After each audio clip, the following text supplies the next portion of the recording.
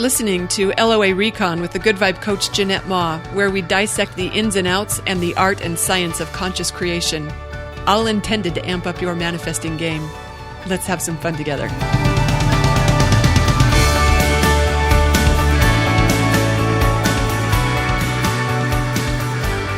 It's the strangest thing how I don't feel quite right recording one of these if I haven't put my hair up in a ponytail. I don't know what that's about. But my hair's up now, and I'm ready to share, well, it was going to be my favorite tip for getting out of debt, the LOA way. I get a lot of people asking what's the best way to manifest being debt-free. And I got a strong opinion about that. But I also have a couple of other thoughts to share. So I got 3 tips for getting out of debt in an LOA-friendly way. The first one, it's the only one you need to listen to. You can ignore the other 2, because this first one makes all the difference. Okay, that is to stop resisting the debt. Seriously, make some friends with it. You can love it up instead of blame it. It is not ruining your life or your good times or your freedom. That's your thoughts about your debt that are doing that, not the debt itself. And often just making a little peace with it, maybe even appreciating it a little bit. When you do that, you're going to release resistance to it, and that goes a long way toward improving your financial situation. Your money vibration improves when you stop thinking of debt as a bad thing. I know some of you are afraid to give up your thoughts about debt because you're afraid you're going to incur more if you do that, but it's the exact opposite. What we resist persists. So if you're making debt a big, bad, wrong, hairy monster thing in your life, guess what? You're attracting more. So, and make friends. And, when you do that, your money vibration, the improvement in your money vibration, it's going to manifest in an improvement in your financial situation. And I don't know how that'll happen. I just know that it has to when you find a way to feel better about what you previously didn't want.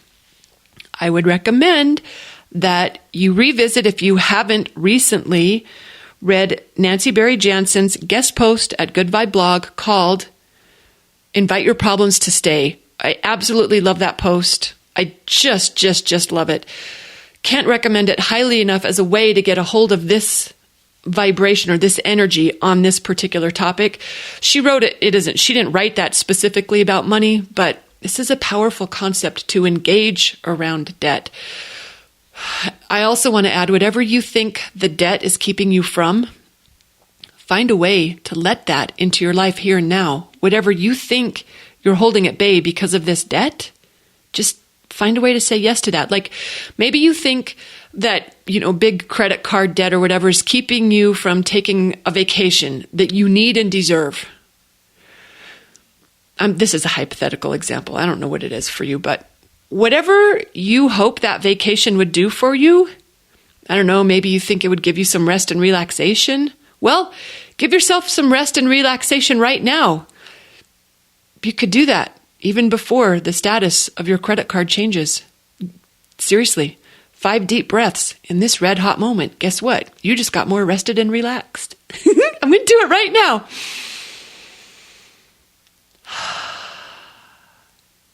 Okay, I only did 1 and I felt it. Maybe you did too. You just gifted yourself with some R&R and you didn't need your debt to go away in order to get it. And that's just a tiny example. You could actually do something bigger than that. Like you could give yourself an entire hour this weekend that you thought you didn't have time for, or maybe an entire day later this week or next week. Or you could invite a friend to lunch and treat it like you're having a meal in another country, a country where they happen to have English menus and waitstaff that speaks excellent English. You could have some fun with this. Or you could just take a break from a problem that's been weighing on you. Sometimes that's what we want a vacation for.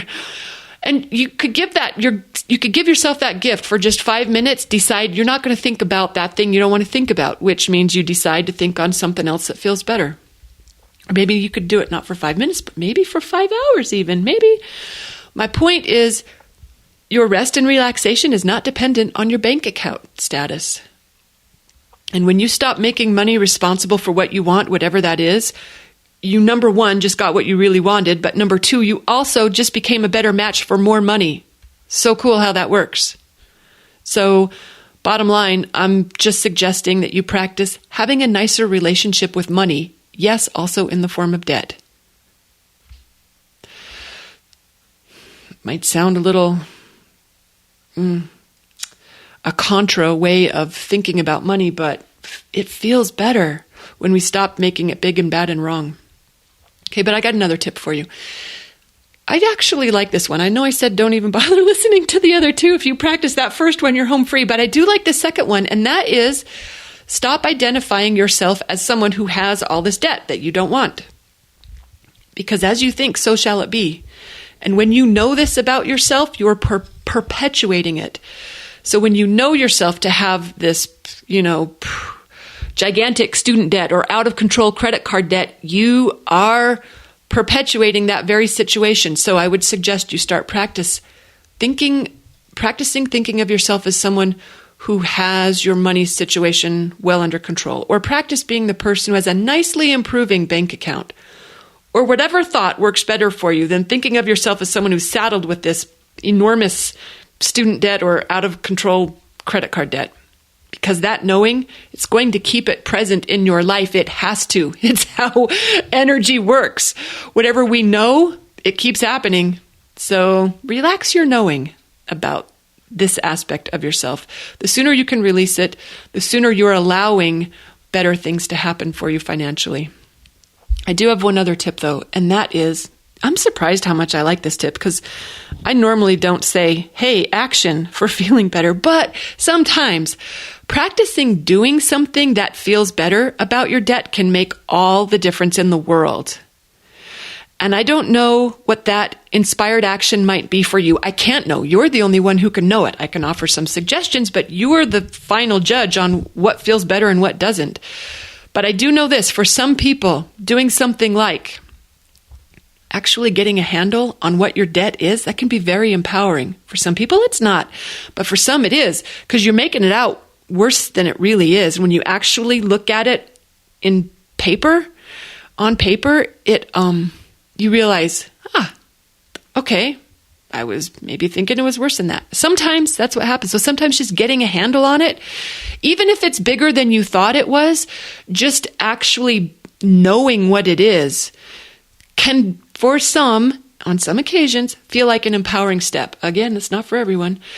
Sometimes the action that you might take that helps you feel better is to do some sort of debt consolidation. I know for a lot of people that works. There are some plans you got to watch out for, but there's some that are really, really, they're smart moves. Sometimes closing an active account so that you stop racking up the balance, that's what makes you feel like, okay, I'm getting a handle on this. It can feel empowering sometimes. Again, I'm just tossing out suggestions. I'm not saying do these things. I'm saying pay attention to what might feel good to you. You're the only one who knows what it is. Here's one thing I really like. That's to identify the easiest balance to start knocking down and then do that. Like make some payments on it and celebrate your progress with each payment that you make. Shoot, I even do this. I celebrated in the progress between payments. These are some very traditional actions that can feel surprisingly empowering when you engage them. But again, what feels good to one person might feel limiting to another. So you really need to feel this out for yourself. I just mention it because sometimes doing something that gives you a reason to believe you're handling it can make a big difference in your vibration. I know this from personal experience. When I moved last year, I racked up some brand new bills with a couple of furniture companies, not just one. And I was putting stuff on my credit card. It was a whole new situation. And I had been rolling completely debt-free for some time, like for a long time, no debt whatsoever. So to all of a sudden have these balances, it kind of felt a little like it was new. And some of my old, it had been a while since I'd been dealing with debt. And some of my old thoughts around it, it kind of felt heavy, sort of like, I got this monkey on my back that I'm not used to carrying. And yes, look, they were zero interest for like 18 months. And yes, I had the ability to pay the bills. And yes, I spent that money very consciously in ways that felt really good. I was furnishing my fabulous home. But I still kind of felt like, I liked it better without it.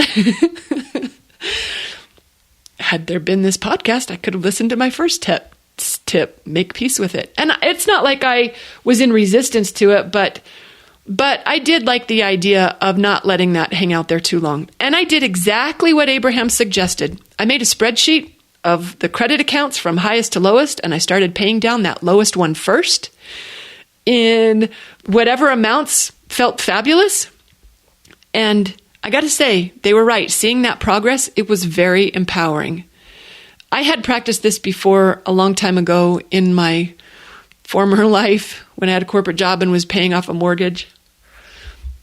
I don't want to repeat that though. I will say the last time I did this, it was so empowering. I made super quick work of it. Like the first balance, I got that paid off so fast. And then I did the next one after that. And I made quick work after the next one. And when they were all gone, I was like, dang, that was kind of a fun game to play. And I even after I was done, I kept pulling up the spreadsheet because it had been so fun to see the progress. And all there is now is my mortgage.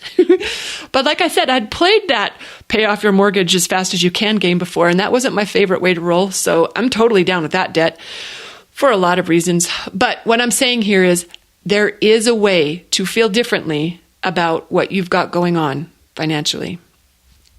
And actually, on that note, speaking of things to feel differently about, for anyone who is contemplating or recently has filed bankruptcy, if you're thinking about that or if you've already done it, I would invite you to please do it without shame or guilt.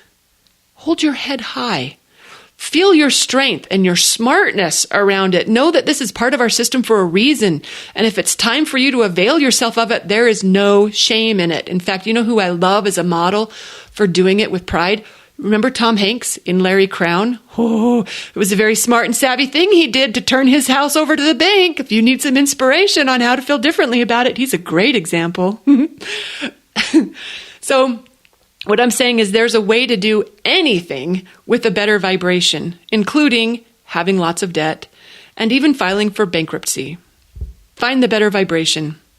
That's what we conscious creators do. Debt is not a 4-letter word. And when you stop treating it like one, you can have a very different experience with it. Remember that your feeling state isn't dependent on your financial situation. And when you learn how to feel free and secure and whatever else you want to feel, when you learn how to feel that regardless of your bank account status, then you're going to have some good vibes to work with. I hope you found this episode helpful. Thanks for listening and happy manifesting.